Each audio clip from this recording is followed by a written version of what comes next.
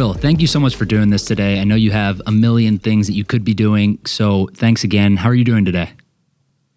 Awesome, Joe. Thanks for having me on. Of course. Happy to.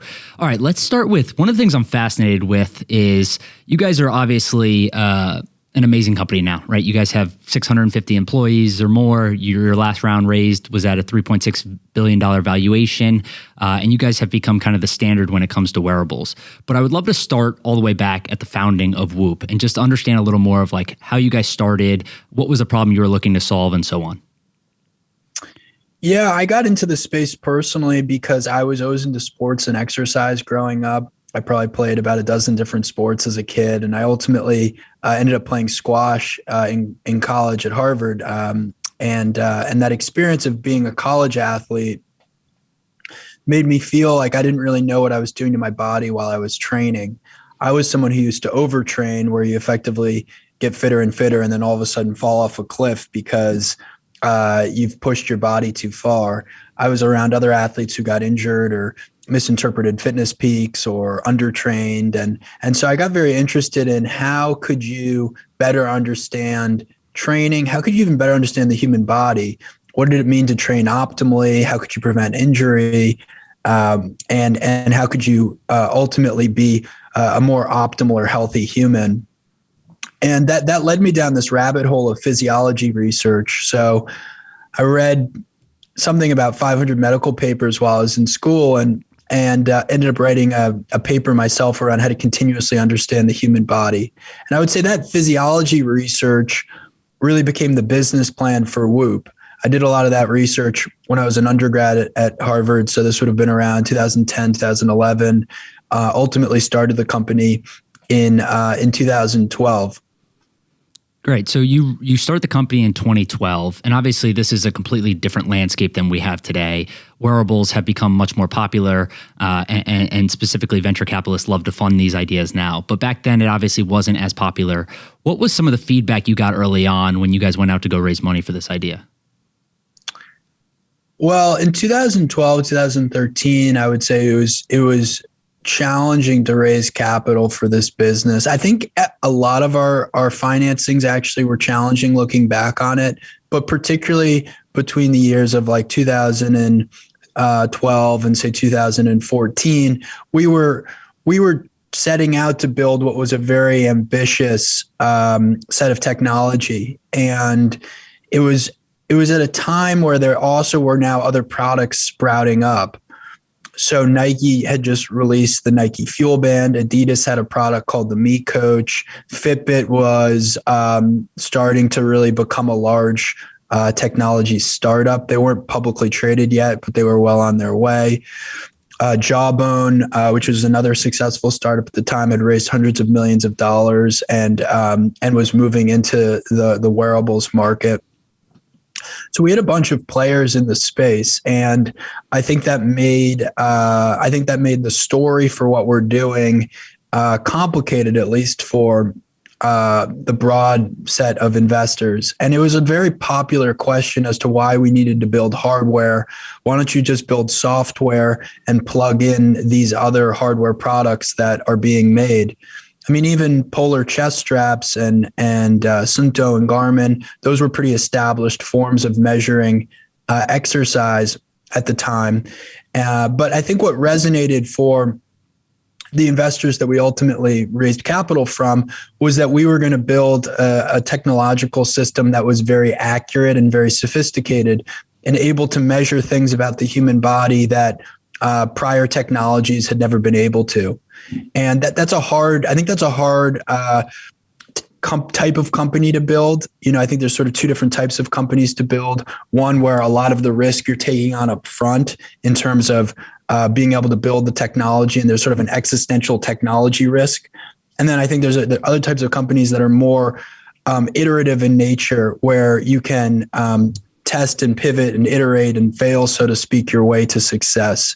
For Whoop, we really had to get all the technology right up front in order to ultimately build the business we built today. Yeah, it's fascinating stuff. And one of the things that has always amazed me, looking back, it seems pretty obvious now, but maybe at the time it didn't, is some of the hardware decisions you guys ultimately ended up making, right? So when you look at all the other products on the market, essentially all of them are a watch. They tell time and they're to be worn on the wrist. And then they all do things like track steps and other variations of that. You guys, to my knowledge, have never done that, or at least not any point that I'm familiar with. What was the strategic decision behind that? Yeah, I think that Whoop is great at a lot of the things that it does for all the things that it doesn't do. You know, we've been very focused in the reason that we've built hardware. Our intention in building hardware was to build really accurate health monitoring and to create a system that was easy to wear. And that's a surprisingly hard set of circumstances in that of itself. You know, Whoop does not, for example, allow you to make phone calls. It doesn't have a watch interface, as I showed here on my wrist. It's mostly material. In fact, when you look at it, you wouldn't even immediately know that it is a piece of technology. A lot of that was intentional. And rather than this sort of paradigm of watch, no watch, we looked at a paradigm which was, how do we make wearable technology that's either cool or invisible? And cool being something that you're willing to wear 24/7, something that aesthetically resonates for you.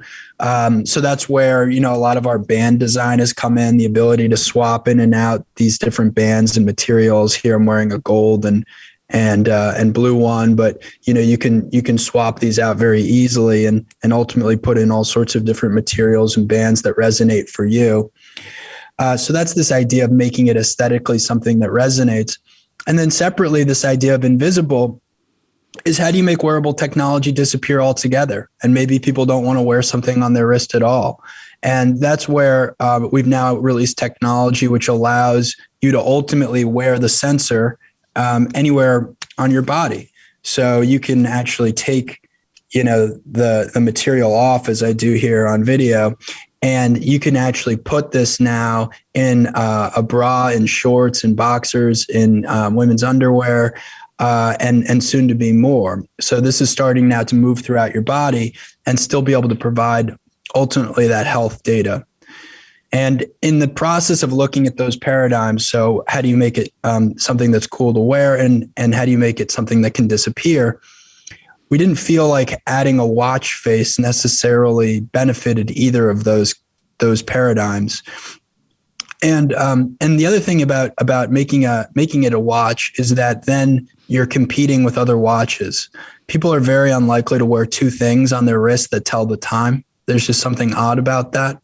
But they are willing to wear one thing that tells the time and one thing that doesn't. So by virtue of not telling the time, we're not competing directly with an Apple Watch or a Rolex or fill in the blank. So that's also, I think, helped us play better in the space.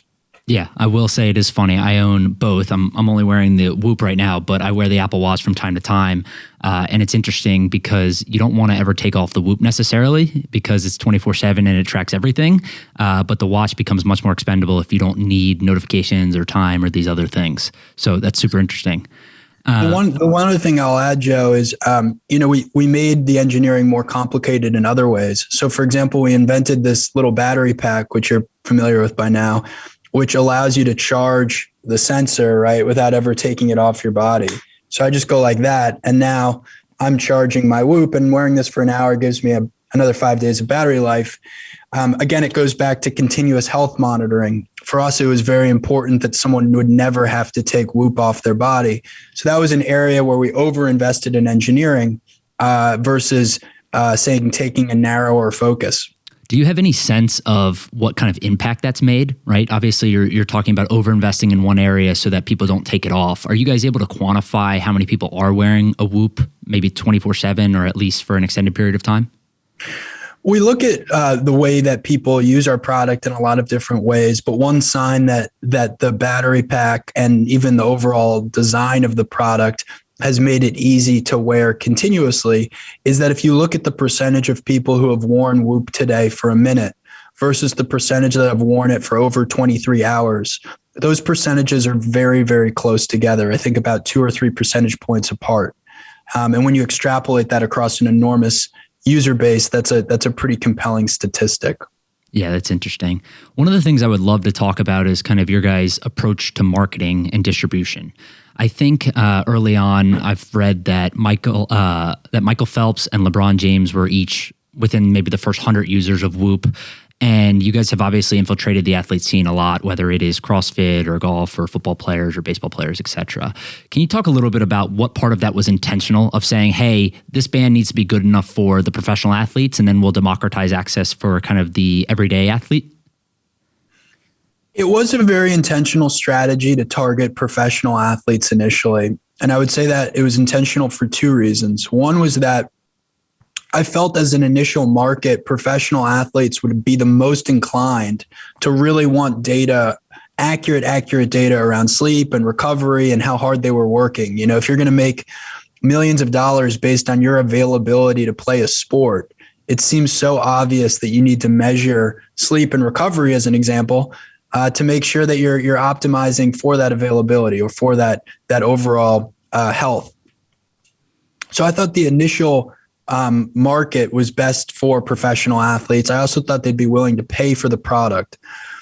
The second is that if we could truly get the world's best athletes to wear Whoop, we would be the first wearables company, so to speak, to do so, and it would create a really great and authentic brand halo for the company and help us become a brand. So I would say it was a harder strategy. Really focusing on professional athletes for the first few years of the company. But it was certainly one that has paid off. And it forced us along the way as well to really gut check how good our technology was. I believe that if the technology lived up to its promise, the world's best athletes would be willing to pay for it. And I believe that if it didn't live up to its promise, there was no amount of money we could pay an athlete or even equity we could give them to get them to wear it. And a good example of this was the Nike Fuel Band. I mean, Nike had the world's best athletes under contract, and none of them wore the Nike Fuel Band because it wasn't a product that was compelling for them. And it wasn't a true differentiator from a health monitoring standpoint. So for those reasons, we were very focused on going after pro athletes, having them love the product, and then ultimately using that initial launch point as a story for why Whoop is better in the consumer market. Yeah, it's incredible marketing in itself, but there's hundreds, if not, I guess, thousands at this point of professional athletes wearing Whoop. Is there one that stuck out into your mind where you're like, your younger self couldn't believe seeing that athlete wear a product that you had built? It was very cool. I mean, you mentioned LeBron and Phelps. I mean, they were two of our first 100 users. So that was kind of a big deal for us. I remember in 2014 watching a Christmas basketball game, and there was a cut to commercial, and it was LeBron James in a Kia commercial, and he was wearing his Whoop in the Kia commercial. And I thought, like, what a great sign that one of the world's best athletes is so hooked on the technology that he won't even take it off when he's doing a brand promotion for a different company. So it was moments like that, before we had a real business, that, give you some sense that what you're building is important and that you're on the right track. Yeah, that's unbelievable. I didn't know that. And that's crazy because you would assume for a commercial, that's something easy to just rip off for a second and put back on when you're done. So that's cool. Yeah. He wanted the 24/7 data. And you can go find the commercial. It's like a commercial of him going to space. And so it's funny to see it on his wrist. I love that. That's cool. So maybe let's touch on kind of what these metrics, what it was available to the average consumer before and after. So I think the metrics you guys prided yourself on were, HRV to start, I think was the one that was kind of universally not available to a bunch of people, and you guys made it available. But Whoop obviously does a bunch of other things like sleep stage recognition. You do all the kind of heart metrics and everything. Maybe just talk a little bit about democratizing that access and giving new metrics that previously weren't available. I'm assuming most of these things you either had to go to the doctor for or you had to do really expensive testing to figure out. A good way to think about it from the gold standard of the technologies before Whoop is for exercise, most people wore a heart rate monitor or a chest strap. Right. And that was, sort of this uncomfortable chest strap that wrapped around wrapped around your chest, and you would primarily wear it just during exercise. So that was sort of the main exercise product. The electrocardiogram, which is the medical technology you'll often see in movies in a hospital. If a character's dying, you'll see the beep, beep, beep, that machine in a hospital, that's an electrocardiogram. It's got the nodes connected to different places on your body. The main benefit of electrocardiogram from a continuous measurement standpoint is a statistic called heart rate variability. And then a sleep laboratory, which is where you can go and, again, be connected to a bunch of different nodes and be hooked up to what's called a PSG machine and get a gold standard analysis of the percentage of time that you spend in bed, how much of that is, say, REM sleep or slow wave sleep, light sleep, how much time do you spend awake, what are your disturbances? So from a pure physiology research standpoint, those were the three products I was most interested in. And Whoop has essentially taken those three technologies, which, in some would be tens of thousands of dollars, and put them in a very small, comfortable form factor that you can wear 24/7. So we do heart rate monitoring within the same accuracy as a chest strap. We measure heart rate variability to the 99th percentile of an electrocardiogram. We also do it while you're sleeping, which means you're unconscious, so you're not aware of the fact that it's taking a statistic. Heart rate variability, which we can talk more about, is a very noisy statistic because even just what you're thinking in a given moment can change your minute-to-minute heart rate variability. And then sleep, which has also been a breakthrough, to be able to provide gold standard sleep quality data from your wrist was quite a breakthrough. So, you can think of all of that rolling up to strain, recovery, and sleep, which are our three main pillars if you're using Whoop. Yeah. So anyone who has worn a Whoop knows that kind of at the end of each day or each morning, you're asked a series of questions that essentially tries to assess how you might react to certain things, right? So how did you sleep? Did you experience any stress? Did you share a bed? All these things. You guys obviously collect a lot of data on this stuff. What are like the most obvious things, right? Because if you just want to play the 80-20 rule of being healthy, to me, the most obvious thing is don't drink, get enough sleep, keep stress down, right? Like try to be as happy as you can. Are there other things that are just very obvious to you guys now that you look a lot of this data? Yeah, you're referring to the Whoop Journal, which is where Whoop members can input a lot of different things about their body or their lifestyle. Things related to their diet or their sleep habits or relationships and supplements, recovery habits. They can input these things and see how those different modalities are affecting their health and affecting their Whoop data. Now, a lot of these things are highly personal, which is why it's interesting for people to input them for themselves. So, for example, melatonin helps me fall asleep a little better, but it may not help you, Joe, fall asleep a little better. That's one of those. There's certain supplements, melatonin, magnesium, as they relate to sleep, where you can make less of a generalization. It's more someone needs to try it for themselves and see if it benefits them. I'm careful to give advice that's super general because many things are personalized. I would say the main general ones, especially as they relate to sleep, which is very mainstream, obviously, for all of us. You generally want to go to bed in a colder room. Most people's bedrooms are too warm. You want the room to be incredibly dark and quiet. You want to avoid eating within typically 3 hours before going to bed. This is one which can get slightly more personal. Some people can eat closer to bed, but for the most part, 3 hours is a pretty good time frame. You want to avoid drinking alcohol. We do see a smaller percent of people sleep better with one glass of alcohol. It's a smaller population of people. Once you see 2 to 3 and beyond, it almost inevitably is affecting your sleep negatively. It will affect your next day recovery. Generally speaking, some form of mindfulness, meditation, breathing exercises, people who do those tend to have higher heart rate variabilities. They tend to have lower resting heart rates, which are obviously great signs for your overall cardiovascular health.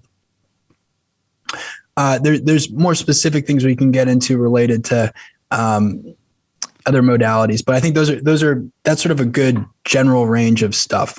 All right. So one of the fascinating things, and I forget where I heard it, so forgive me if I don't give the source credit wherever it was, but I remember hearing maybe 3 years ago, you saying something along the lines of that you can basically tell if someone is happy based on the amount of hours they sleep.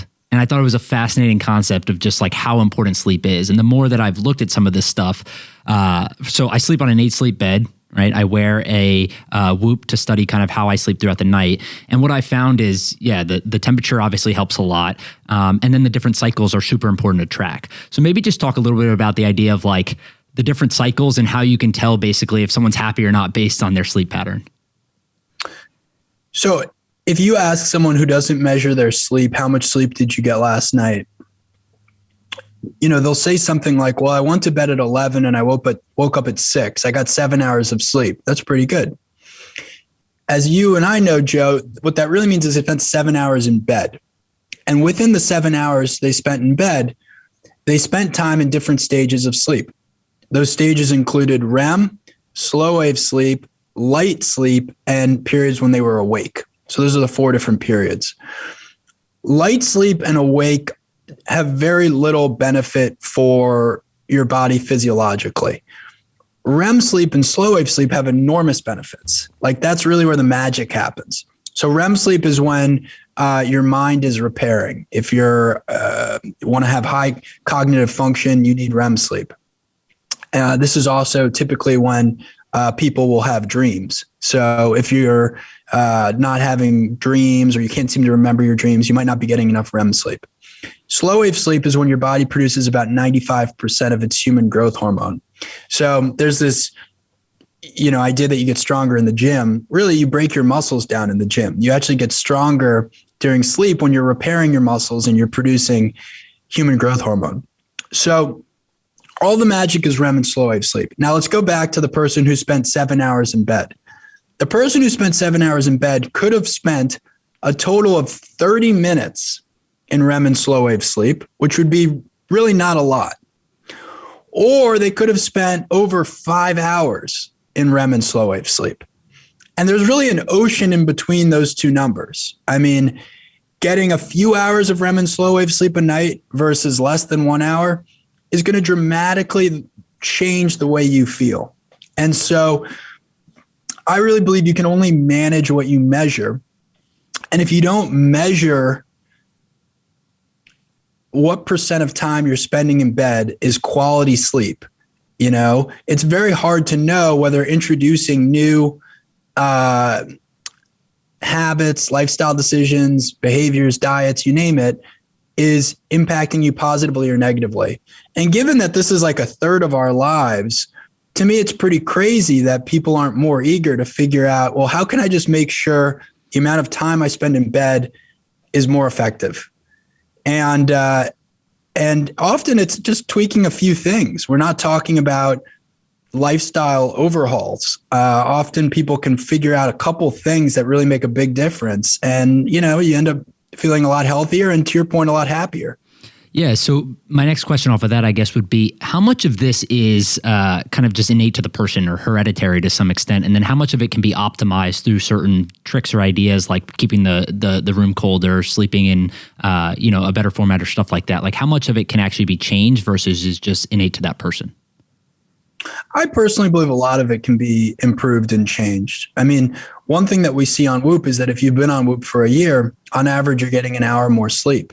Some of that's because people are spending more time in bed, but some of it's also that they're optimizing some of the things that we just talked about.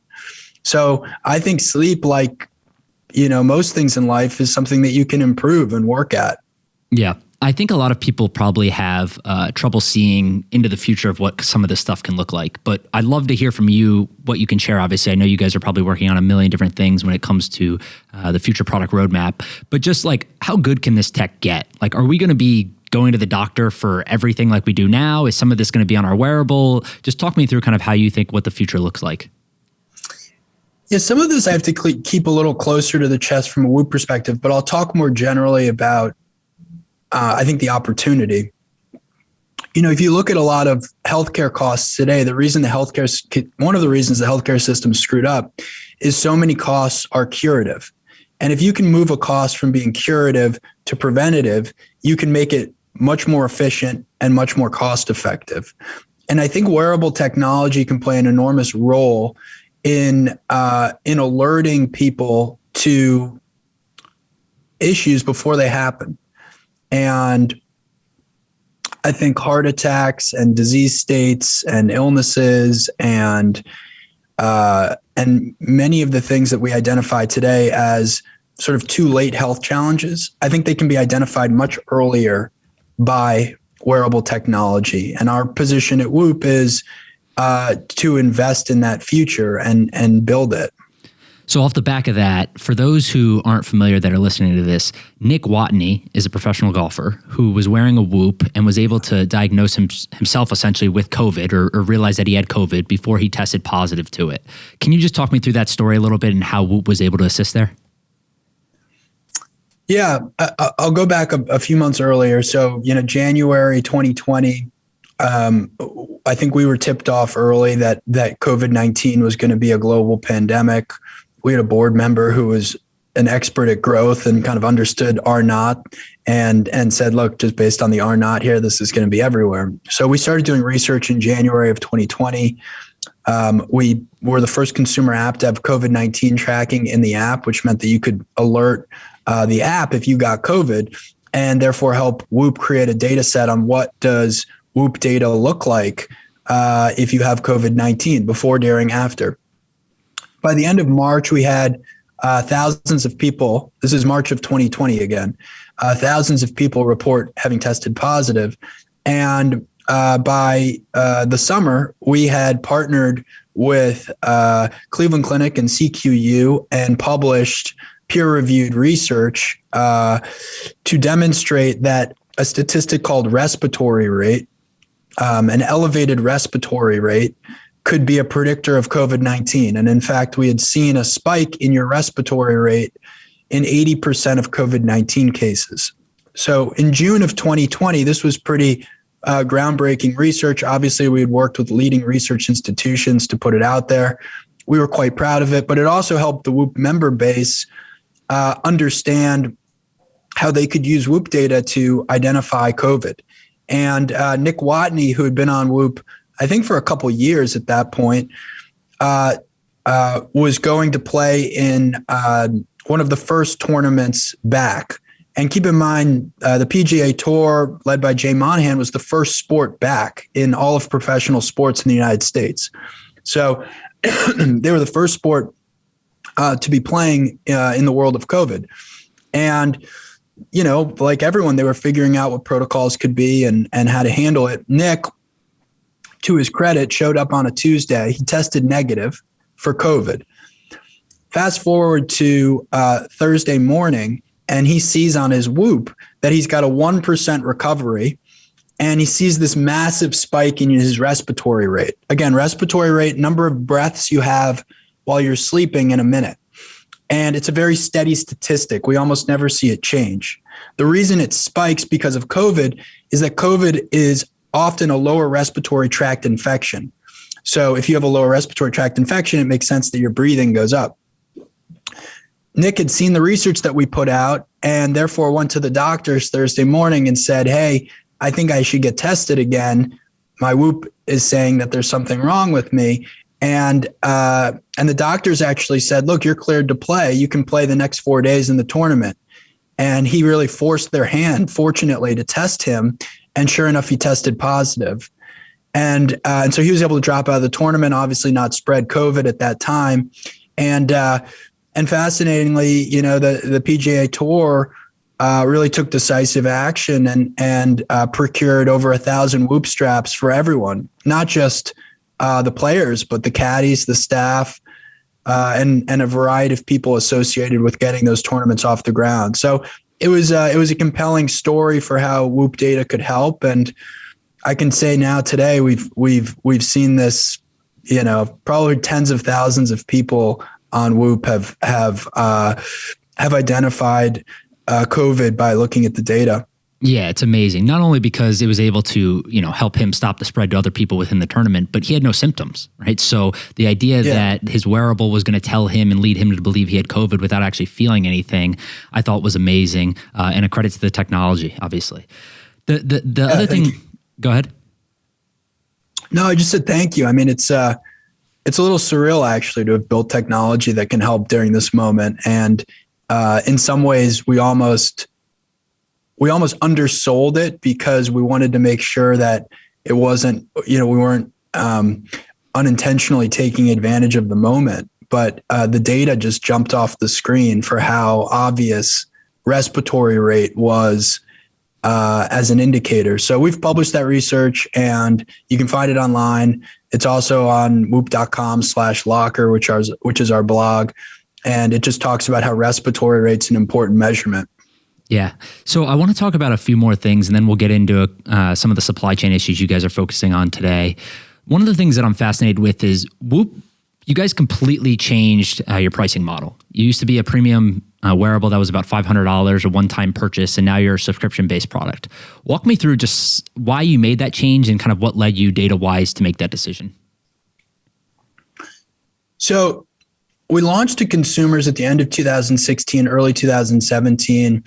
And we were selling Whoop as one-time hardware, so $500, which would have, been sort of a high-end fitness watch, but probably the most expensive wearable in the space. And what we saw over the course of, say, the next 12, 18 months is that people who bought Whoop were continuing to wear it. A big challenge in the wearables industry was this idea of drop-off rates. So people who had used the product for 3 weeks or 3 months and then no longer using it. This was a big challenge for FitBit. And the bigger challenge we had is we weren't selling a lot of them. But we saw that the people who bought them stayed on it. And so that's where we started to investigate, okay, is there a better business model for selling this product? And around the same time, we saw FitBit, which was a publicly traded company, trading at about 1 to 2 times revenue, which, as you know, is not a great multiple to be trading at. Meanwhile, another company called Peloton was trading at about 20 times revenue, and this was in the private market. And the question became, well, would you rather grow up to look more like Peloton or FitBit? And so for us, we wanted to see if our business model could look more like a subscription. And so the combination of things led us to changing the entire business model to being a subscription. And it also really allows us, I think, to build a more mutually beneficial relationship with our members because, really we have to continue delivering value for you every day, every week, every month, every year. Otherwise, you can cancel. And if you're someone who's trying to figure out if wearable technology is right for you or Whoop is right for you, you can now sign up for Whoop for $30 and we'll send it to you, in the mail for free. The hardware is now free as part of the subscription. And so you can get up and running pretty quickly on Whoop without much cost and figure out if it's a technology that you like. So for us, it's betting on the experience, it's betting on the product, and then giving people the opportunity to try it. And, fortunately, enough fall in love with it that it's a good relationship and a good business model. Yeah, that's a fascinating case study, I think, from a business perspective. But one of the other things that you mentioned, which I think is interesting, is the idea of Fitbit. Fitbit's a good example because I think they reached distribution at scale a lot more than some of the other companies did. But you mentioned earlier, Nike tried a wearable, Under Armour has tried a bunch of things, Reebok, Adidas. These companies spent over $2 billion on these products, but none of them were really ultimately that successful or have lasted throughout time. Why do you think Whoop has succeeded versus those not succeeding? Well, in the case of big sports apparel brands, I think the mistake that they made is they lost a lot of the authenticity that created those companies in the first place. Nike, which is a story that I feel deeply influenced by, and Nike is a brand I really admire. if I were somehow involved in the launch of the first Nike Fuel Band, I would have been very focused on how does this product actually first benefit our best athletes? And let's tell a story around how we've built technology for our best athletes that now consumers can use. And then let's create relationships between the best athletes and the consumers to talk about it. I think it was pretty clear that it was a mass market product day one, and it lacked a lot of that authenticity. And I think you can look at pretty much the strategies for all of those big sports brands or sports apparel brands under a similar umbrella. I think in the case of the technology companies, it was a little bit of, I think it was a sort of a misunderstanding of value. There was this notion that if you could just add more and more features, that was going to make it compelling for someone to wear something 24/7 or wear something on their body very often. And you could almost argue that a fashion company had a better chance of building a wearable than many of these technology companies. I'm going to put Apple to the side because they've done a very good job with it and obviously built a very compelling product that's seen mass market success. But if you look at a company, say like Google that entered the space and exited, Microsoft exited, entered the space, exited, Intel entered the space, exited. There's a few more if I think hard enough about it. But these are really good technology companies. These aren't by any means amateurs. Really smart people running really smart really capable companies. And I think where a lot of them got tripped up was on feature creep. So too many features without a core use case, and wearability. How do you make this something that's cool and aspirational to wear? And so that's something that I think we focused on very early, and I think has helped our success so far. And how do you think about the combination? So in my mind, there's really two main things, right? The technology obviously has to be good so people like it and enjoy it and use it. And then the other part of that is distribution. So you're getting the product in front of people and people are talking about it, they're sharing it, and they're actually buying it. How do you think about those two things working together? Well, if you look at a company like FitBit, for example, I think they were one of the best distribution stories of the last 10 or 20 years. I mean, year over year, they were 5xing the number of units that they were selling. And at their peak, I think they were selling between 20 and 30 million units a year. It's really hard to do. It's really hard to do that. And that was an amazing growth and distribution story. The problem was that they won the wrong game, in my opinion. They won distribution, but they didn't win product. And it was a product that people wore for a few months and took off. And so the best way to make up for that was to just get more and more people to keep buying. Along the way, they didn't build a sustainable business, or at least a standalone business. They ended up selling to Google because they didn't have lifelong customers. And they had churned through a lot of their market. So I think it's really important as a business is expanding, Whoop or any other one, that the product is really solid as it continues to go to these larger markets. Gotcha. So you guys were in, I guess, somewhat of an unfortunate position releasing a new product during the heart of COVID and some of the supply chain issues that are going on. Maybe just talk a little bit about some of the challenges you guys have faced with your new Whoop 4.0 and how you guys are fixing that. Well, the global supply chain shortages are one of the most challenging things, at least I've faced in running Whoop.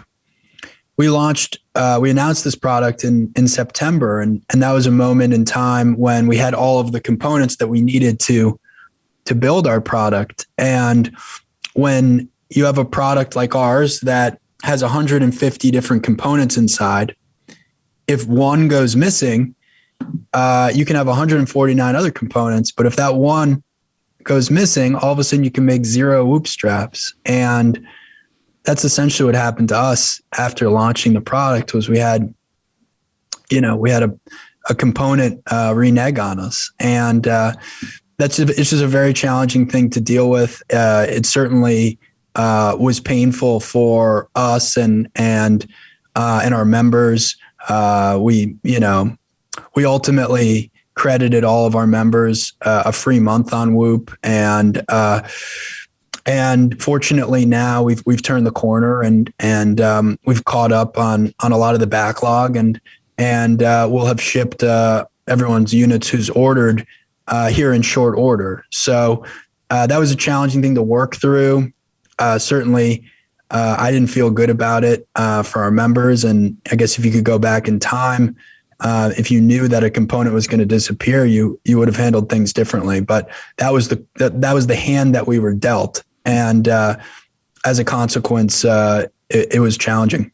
Is your guys' supply chain back in kind of running order as it was pre-pandemic, or is it still delayed to some degree?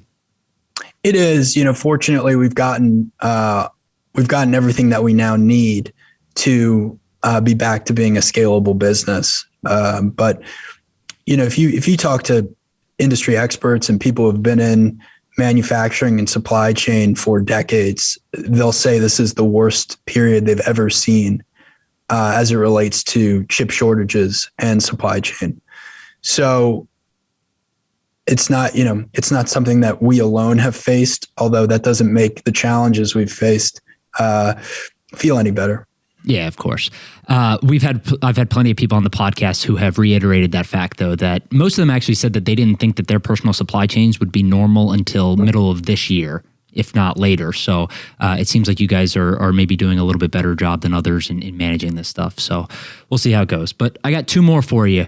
One of them is I'll preface it with the fact that Amazon met with you guys, and I think you're probably aware of where this is going, but they met with you guys and then released a product, their Halo product, which was very, very visually similar, at least to the Whoop band. You guys released your new product, and on the circuit board it says, "Don't bother copying us, we will win." Just talk to me about the thought process behind doing that, and ultimately why you guys ended up doing it. Well, it was a fun thing.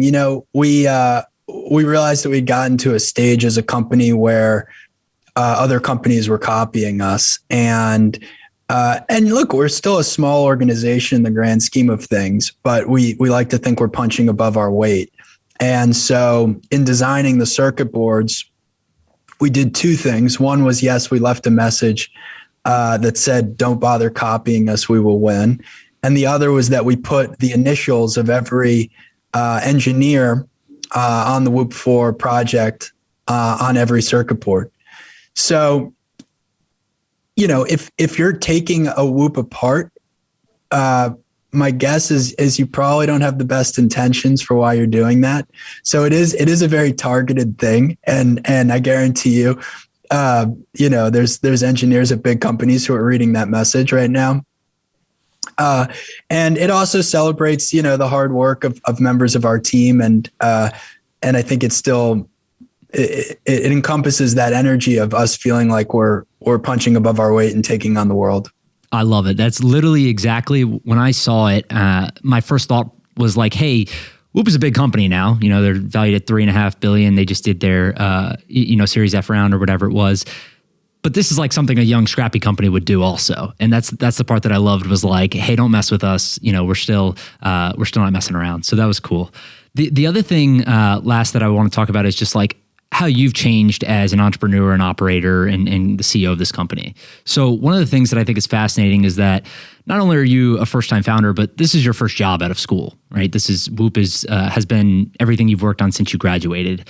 What have you learned, or how have you changed as kind of the operator of this business, or an entrepreneur, or even more so just as a leader of people along this journey?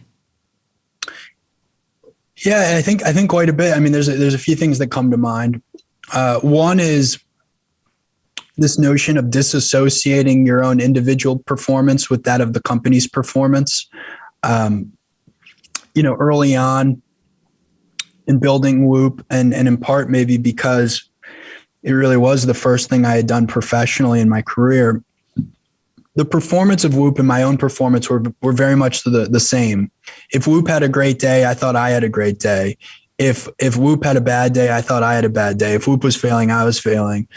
And that's a pretty unhealthy association, and it's actually not very accurate. You can be executing great as a business leader, and for unforeseen circumstances, have things go wrong in your business. We've probably both seen this, where a business is actually doing great, but the founders or the entrepreneurs or the executives are burned out and not able to, take on the moment or aren't happy with themselves. So it is very important, I think, to separate your own individual performance with that of the company's performance. And what that also helps you do is it then allows you to really focus on, how am I getting a little bit better every day as a leader, as a CEO, as an entrepreneur, as a member of a team.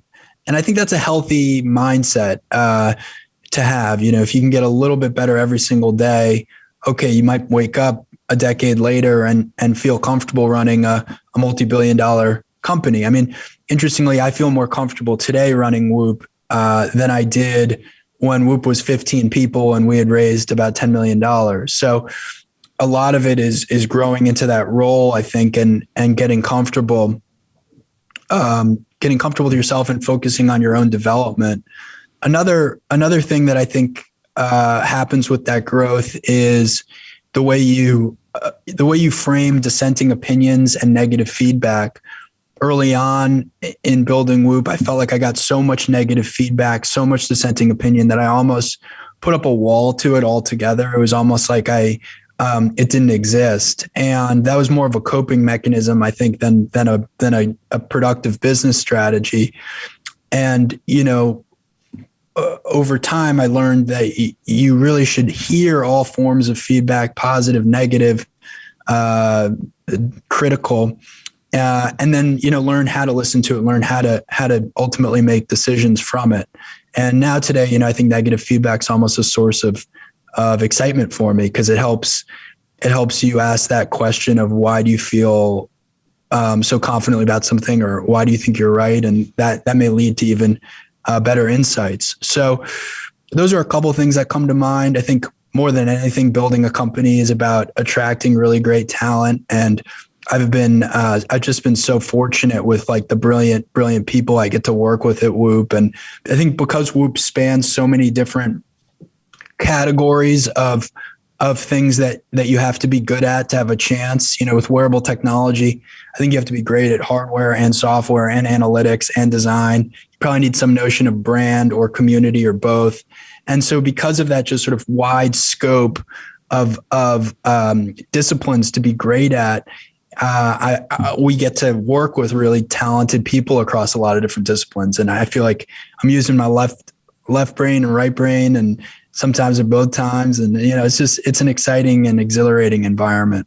Have you implemented any processes that you use to this day? Like, do you journal? Do you meditate? Do you do any of that stuff?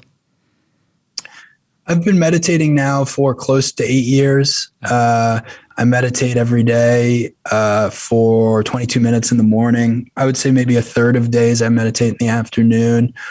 That I would say is probably one of the most significant behaviors in my life.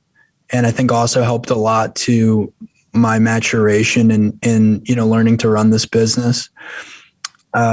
We can talk more about why I think meditation is critical. And then, things related to exercise and sleep and the natural stuff that goes with having run a company about performance for 10 years, that stuff has worn off on me too.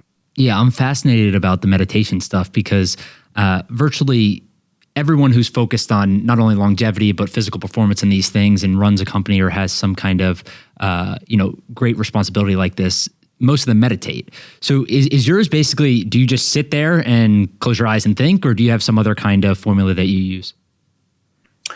I would say the underlying practice is from transcendental meditation, where you effectively have a mantra that you repeat to yourself. And over the course of, a 20-minute period, you'll be repeating this mantra, and then a thought will drift into your mind. And at that moment, you get to decide whether you want to think about that thought or whether you want to go back to the mantra and sort of push it through. And that process is fascinating because it allows you to be operating in the third person, so to speak, and looking at your thoughts. The reason that's also quite powerful is it extends, I found, to the rest of your life, less so that 20 minutes itself. But, before I meditated, it used to be that I would realize I've said something after I've said it, or in a heated moment, you realize that you've been quite angry for the last 30 seconds. Whereas I now feel, or the last 5 years plus of been meditating every day, I now feel that there's like a third person kind of watching, and I hear this voice, oh, Will's going to get angry before I get angry, and so it just makes you a lot more conscious of what you're doing. It also makes the world feel like it's coming at you a little bit slower, which is, I think, a very useful skill. I've done other forms of meditation, other different forms of breathing. Some involve holding your breath for periods of time. Some are more like the Wim Hof method, which also relates to the cold, which I've gotten into the cold as well, which we can talk about. But yeah, in general, I would recommend some form of meditation or mindfulness to anyone. Yeah, it's fascinating. I don't know if the cold Wim Hof method is for me, but maybe I'll start with meditation. We'll see where we go from there. But Will, thank you again for doing this. I really appreciate you coming on. Where can I send people? Are you most active on Twitter? Yeah, I'm on Twitter at Will Ahmed. Instagram, same handle. I'm on LinkedIn. And people can reach out to me on any of those platforms. Okay, cool. And if they want to learn more about Whoop's new products, just whoop.com?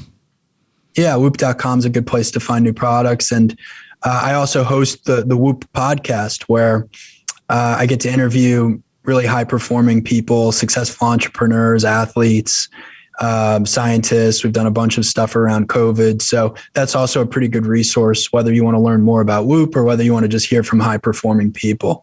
We talked about, real quickly before we let go, is we talked about how Whoop impacted COVID, right? And there were some interesting stories about how you guys were able to tell COVID and detect it early on. Is there anything on the sports side that sticks out, like really interesting data? I don't know if I'm even allowed to say this, but I think Patrick Mahomes wears it during games sometimes, or maybe that's not reality, or he's not supposed to do that. But is there any interesting data on the sports side that you have seen and just been fascinated by?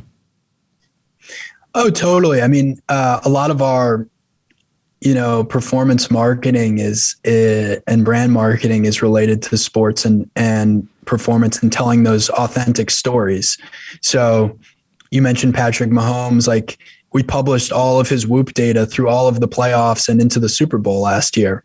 And people can find that on whoop.com /locker. I recorded a podcast with Patrick talking about, nights of when he slept well or poorly in the playoffs, and he had a red recovery for one playoff game. So that's, that whole thing was quite fascinating looking at. We've got a bunch of professional golfers wearing Whoop. One thing that we've done is called Whoop Live, where we bring live heart rate to the broadcast.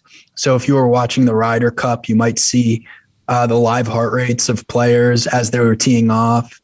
Interestingly, I think one thing people underestimate about professional athletes is how nervous they actually do get. I think there's this perception that athletes are immune to nerves, and it's actually that they're just very good at rising to the occasion of nerves and being able to absorb it and deal with it. But that's one of the things that's been most fascinating about Whoop Live is, Rory McIlroy, for example, who's won, I don't know exactly, but I want to say about 20 times on the PGA Tour, had a 2.5 foot putt on the 18th hole to win, a PGA Tour event, not a major, but, a tournament. And his heart rate was at like 135 beats per minute. And we were broadcasting that live as it was happening. So that just shows you, they are feeling something, even though they're good at not showing it. And that's one of the things I'm most excited about with Whoop Live and bringing more of this technology to sports, is showing how athletes are able to, in real time, handle these big moments. Are we going to get that on the football field or no? We're working on it across a lot of different sports. Okay, we'll leave it at that. I am not that this is on the same level, but I'm climbing Mount Kilimanjaro in February, and I'm excited to see what the Whoop data looks like, because I feel like it's not going to be pretty for me, but we'll see how it goes. Oh, awesome. Well, we'll get you on the Whoop podcast to talk about that afterwards. All right, cool. All right, Will, thanks again for doing this. I really appreciate you taking the time, and we'll have to do it again soon. All right, Joe. Thanks for having me.